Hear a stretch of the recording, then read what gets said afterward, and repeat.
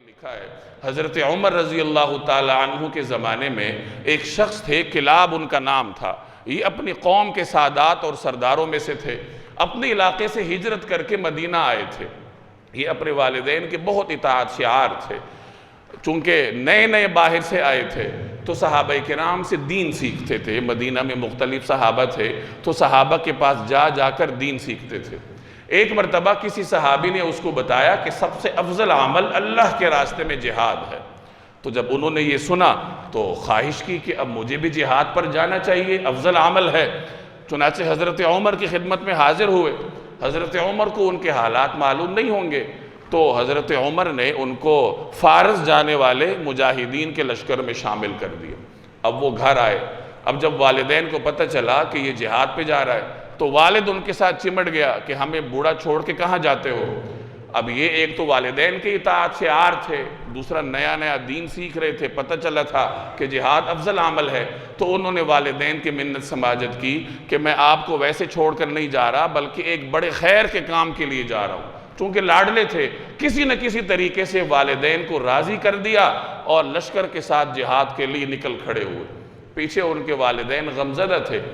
ایک مرتبہ وہ دونوں بوڑھا اور بڑھیا باہر کسی درخت کے نیچے بیٹھے تھے۔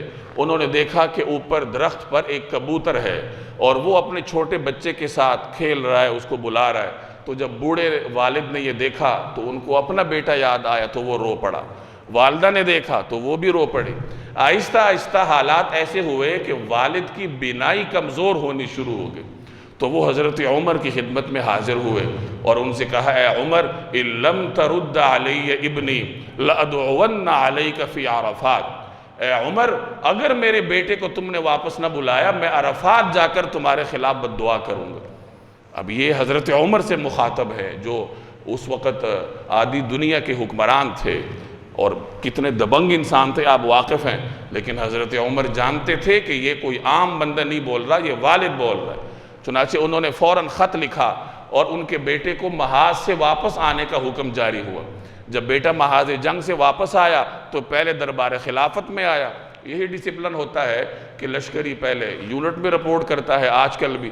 چنانچہ وہ آیا اور حضرت عمر کے دربار میں حاضری دی، تو حضرت عمر نے اس سے پوچھا کہ تم والدین کی خدمت کیسے کرتے ہو؟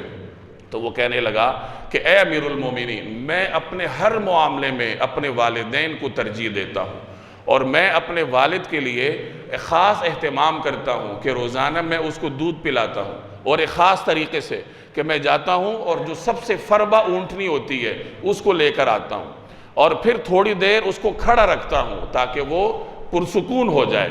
اس کے بعد اس کے تھن میں دھوتا ہوں تاکہ وہ ٹھنڈے ہو جائیں، اور پھر اس کا دودھ دوہ کر میں اپنے والد کے لیے پیالے میں لے کر جاتا ہوں۔ جب حضرت عمر نے یہ سنا تو اس کو اپنے پاس ہی رکھا اور اس کے والد کو بلایا۔ اس کی بینائی جا چکی تھی تو والد آیا دربار خلافت میں۔ اب اس کو تو معلوم نہیں تھا کہ میرا بیٹا آ چکا ہے۔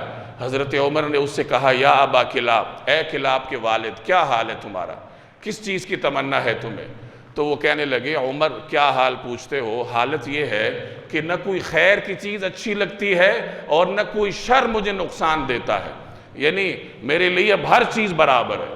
تو حضرت عمر نے اس سے پوچھا کہ کوئی تمنا تو تمہیں ہوگی؟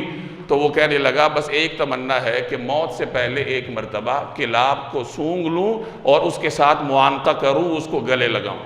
حضرت عمر یہ سن کے رونے لگے، پھر اس کے بیٹے کو اشارہ کیا کلاب کو کہ جاؤ اور اس طریقے سے دودھ لے کر آؤ جیسے تم اپنے والد کے لیے لاتے تھے، پہلے لاتے تھے۔ اب والد تو ان ساری چیزوں سے بے خبر ہے، چنانچہ کلاب گیا اور اس نے اپنے طریقے کے مطابق اونٹنی سے دودھ نکالا، پیالے میں لا کے حضرت عمر کو دیا۔ حضرت عمر نے وہ پیالہ لیا اور ان کے والد کو دیا اور فرمایا کہ اے ابو کلاب، یہ دودھ تو پیو۔ اس والد نے جیسے پیالہ پکڑا اور منہ کے قریب لے کر جانے لگا تو اچھل پڑا اور کہنے لگا، اے امیر المومنین، مجھے تو اس سے کلاب کے ہاتھوں کی خوشبو آتی ہے۔ حضرت عمر نے اس سے کہا کہ دیکھو تم جو چاہتے تھے اللہ نے کر دیا، یہ تمہارا بیٹا کلاب یہاں موجود ہے۔ چنانچہ وہ اچھل پڑا اور اپنے بیٹے کو گلے سے لگایا اور اس کو چومنے لگا۔ حضرت عمر یہ منظر دیکھ کر رونے لگے اور جتنے حاضرین تھے وہ سارے رونے لگے۔ پھر حضرت عمر نے اس کے بیٹے کو کہا اور بلایا اور فرمایا کہ دیکھو جب تک تمہارے والدین حیات ہیں الزم بہما، ان کے ساتھ رہو ہر وقت اور انہی کی خدمت کر کے جہاد کا ثواب حاصل کرو۔ ہاں جب اللہ نے ان کو اپنے پاس بلانا ہو تو ان کے بعد جو تمہارا جی چاہے، جس طریقے سے تمہارا عبادات کا دل چاہے پھر کرو، لیکن ان کی حیات تک ان کے ساتھ رہو۔ درجنوں